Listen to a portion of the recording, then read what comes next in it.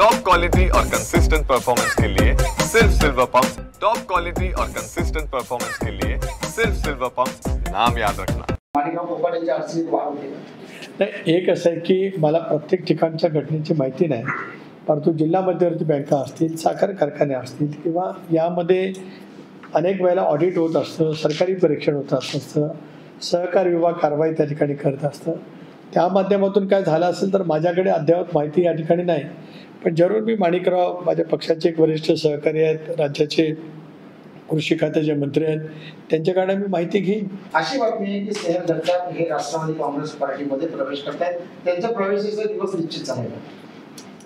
आज खरं आहे की महाड पोलादपूर तालुक्यातील अनेक सहकाऱ्यांनी नाना जगताप आणि त्यांच्या सर्व सहकाऱ्यांच्या नेतृत्वाखाली माझी सदिच्छा भेट घेतली. बैठकीच्या वेळेला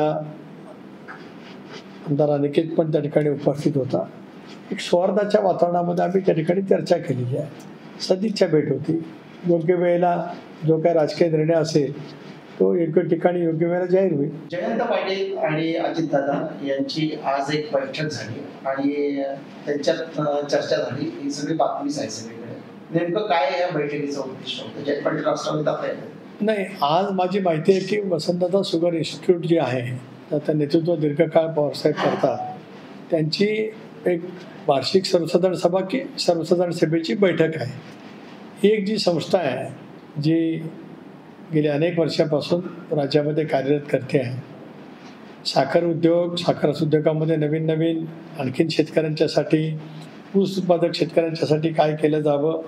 अनेक वेळेला साखर उद्योगसुद्धा अडचणीत असतो. त्यावेळेला ही वसंतदादा शुगर इन्स्टिट्यूट आदरणीय पवार साहेबांच्या नेतृत्वाखाली जी काय काम करते आहे ती शेतकऱ्यांना त्या ठिकाणी मार्गदर्शन करत असते.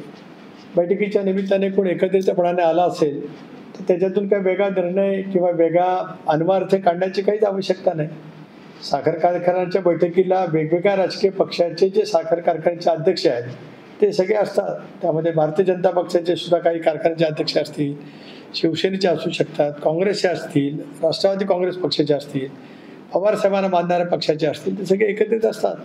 त्यामुळे दादांची आणि जयंतरावांची बैठक राजकीयदृष्ट्या झाली असेल असं मला स्वतःला काय वाटत नाही. असेल तर ते सांगतील त्या बाबतीमध्ये. जे वातावरण सुरू आहे बाहेरच्या याच्यावरून संजय राऊत असं म्हटलं की देवेंद्र फडणवीसांच्या नेतृत्वाखालचं सरकार म्हणजे मनोरुग्णांचं सरकार.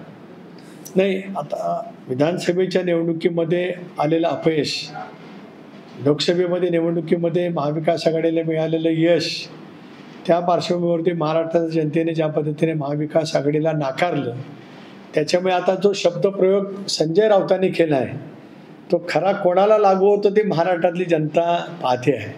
त्यामुळे मनोरुग्ण आता कोण झालंय महाराष्ट्रातल्या ज्या निकालाच्यामुळे ते आपण अनुभवतो. त्याच्यामुळे अशापैकी वक्तव्य बाहेर येत आहे. दफरवून इतकी वर्ष झाल्यानंतर कशाला हा विषय उठवून काढताय?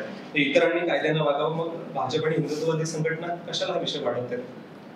नाही, मी दादांचं कालचं वक्तव्य काय पाहिलं नाही. आम्ही राष्ट्रवादी काँग्रेस पक्षाने रोजे इफ्तारची त्या ठिकाणी आयोजन केलं. तर खूप मोठ्या प्रमाणावरती माझे मुस्लिम बांधव त्या राष्ट्रवादी काँग्रेस पक्षाने आयोजित केलेल्या रोजे इफ्तारला होते. राष्ट्रीय अध्यक्ष दादाही होते, प्रफुल्लभाई होते, भुजबळ साहेब होते, मुश्रीफ साहेब होते, आम्ही सगळेजण होतो त्या ठिकाणी.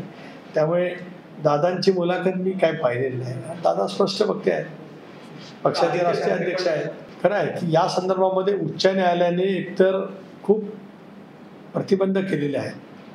शहरामध्ये, निम्न शहरांमध्ये, नगरपालिका, नगरपंचायती असलेल्या ठिकाणी सुद्धा ज्या पद्धतीने होल्डिंग लागतात ते किती कालावधी पुरता ठेवावे, त्याला काही फी आकारावी, पूर्व परवानगी घ्यावी कॉम्पिटंट अथॉरिटीची, अशा पद्धतीचे निर्देश हायकोर्टाने दिलेले आहेत. त्यामुळे शहराचं विद्रुपीकरण थांबवायचं असेल तर हे जे काही होल्डिंग्स किंवा जे काही लागतात त्याची हायकोर्टाने दिलेल्या निर्देशाचं पालन करूनच लागले पाहिजेत, अशी राष्ट्रवादी काँग्रेस पक्षाची भूमिका आहे. अशी बातमी आहे की स्नेहल जगताप हे राष्ट्रवादी काँग्रेस पार्टीमध्ये प्रवेश करतायत, त्यांच्या प्रवेशाचा दिवस निश्चित झाला.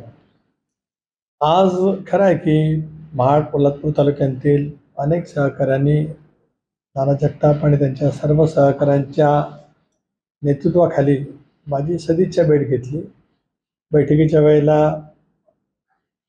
आमदार अनिकेत पण त्या ठिकाणी उपस्थित होता. एक सौहार्दाच्या वातावरणामध्ये आम्ही त्या ठिकाणी चर्चा केलेली आहे. सदिच्छा भेट होती. योग्य वेळेला जो काय राजकीय निर्णय असेल तो योग्य ठिकाणी योग्य वेळेला जाहीर होईल.